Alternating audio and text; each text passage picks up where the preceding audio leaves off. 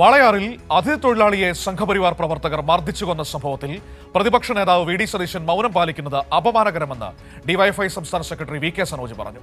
RSS നടത്തിയത് ഹീനമായ കൃത്യമെന്നും സനോജ് പറഞ്ഞു.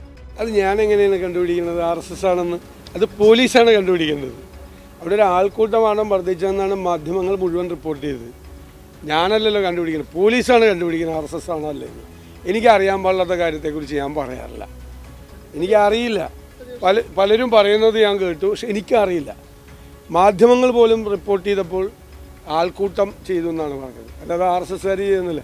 RSS ആണ് ചെയ്തതെന്ന് പോലീസ് കണ്ടുപിടിച്ചാൽ പറയാം. ആരായാലും കുറ്റവാളികളെ ശിക്ഷിക്കണം എന്നുള്ള കർശനമായ നിലപാടാണ്.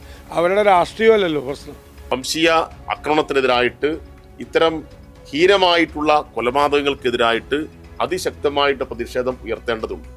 ഡിവൈഎഫ് നേതൃത്വത്തിൽ അവിടെ കഴിഞ്ഞ ദിവസം ഏകതാ സമ്മേളനം എന്ന നിലയിൽ ഒരു വലിയ പരിപാടി അവിടെ സംഘടിപ്പിക്കുകയുണ്ടായി. RSSന്റെ ഇടപെടലിനെ കട്ടക്ക് ന്യായീകരിക്കുക, എല്ലാ പിന്തുണയും കൊടുക്കുക, അതിനെ തള്ളിപ്പറയാതിരിക്കുക എന്ന നിലപാടാണ് വി ഡി സതീശനും കേരളത്തിലെ കോൺഗ്രസും സ്വീകരിക്കുന്നത്. അത് അങ്ങേയറ്റം അപമാനകരമാണ്. RSSനെ സംരക്ഷിക്കുന്ന കോൺഗ്രസിന്റെ നിലപാട് തിരിച്ചറിയണം.